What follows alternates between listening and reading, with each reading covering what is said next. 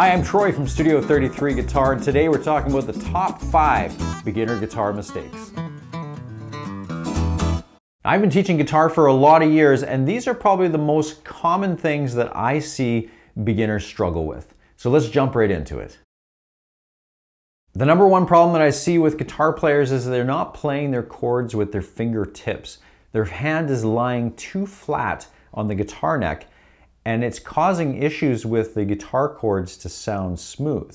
You need to make sure that you have a good curl to your fingers so that your fingertips are what are on the strings and that those fingers are avoiding contact with the other strings around. If your fingers are laying too flat, then you're going to mute out the other strings, and so your chords won't sound good. If we take a chord like a C major chord, for example, right now my fingers have a good curl to them and I'm playing with my fingertips. But if I flatten my hand down a bit, I end up sounding more like this. Now you can hear some of the notes, but if I use my pick and just go through each individual string, you'll see that some of those notes are not coming through. So that's a good test. Take your pick, go through the chord one string at a time and make sure that each string is ringing out clearly. If it's not, then take a look at your hand and make some adjustments, either with your fingers, with your wrist, with your arm, your elbow. There's a lot of different parts here that come into play that will affect how you're holding the guitar and how that chord's going to sound. So go through and check each individual string, and when you get one that doesn't sound right, that one there is a little bit clunky, and so I notice that this finger is laying a little too flat. So if I give that a little bit more of a curl, then that next note comes out a lot clearer. I carry on down to the next strings. That highest string is not ringing because this finger is not curled enough. So again, if I change the angle, if I push my wrist out a little bit, I'll get more of a curl, and then that way, that highest string rings out. So make sure you're playing with your fingertips. The second most common mistake is that you're not playing close to the frets. So for example, this C note right here, we can play this note anywhere in between these two frets, but we're going to get the best sound close to this front fret. You want to make sure that that string has good contact with that fret. If you play back here, you'll get more of this sound. You've probably heard that as you've been playing if you're a beginner. It's very normal. So one of the first things you want to do is make sure that your fingers are playing close to the fret, and then you'll get a better sound. And it's not more pressure. If I'm back here and I play, you can hear that. Now if I move my finger ahead to this fret, you'll hear the difference in sound. I'm not going to push any harder, I'm just going to change the position of my finger. Now listen to the difference. You can see how that's a lot clearer and a lot nicer sounding note when it's close to the fret.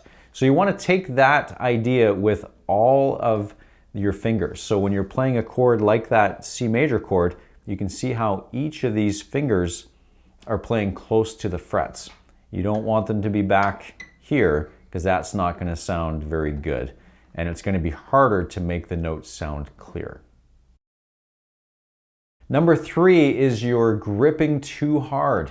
Now sometimes when our chord doesn't sound good, we think that we're just not pushing down hard enough, so we really try and squeeze on that chord, and unfortunately that actually can cause more problems.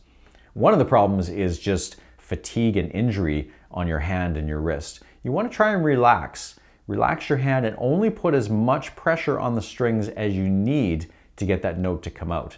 And by playing closer to the frets, like we talked about in the last mistake, you'll find that you won't need to push nearly as hard to get the chord to sound good.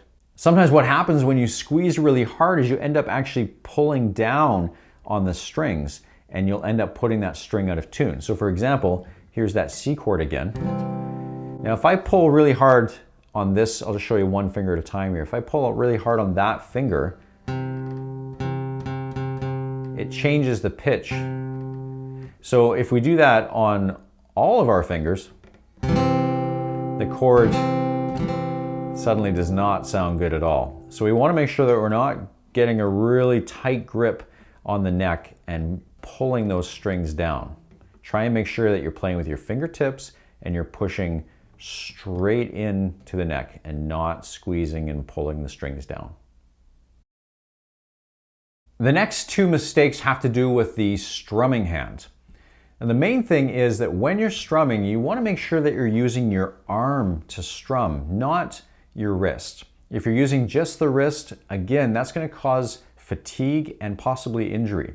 So play with your entire arm moving like this. A nice smooth motion back and forth. It'll make your chord sound a lot smoother than trying to do it with your wrist.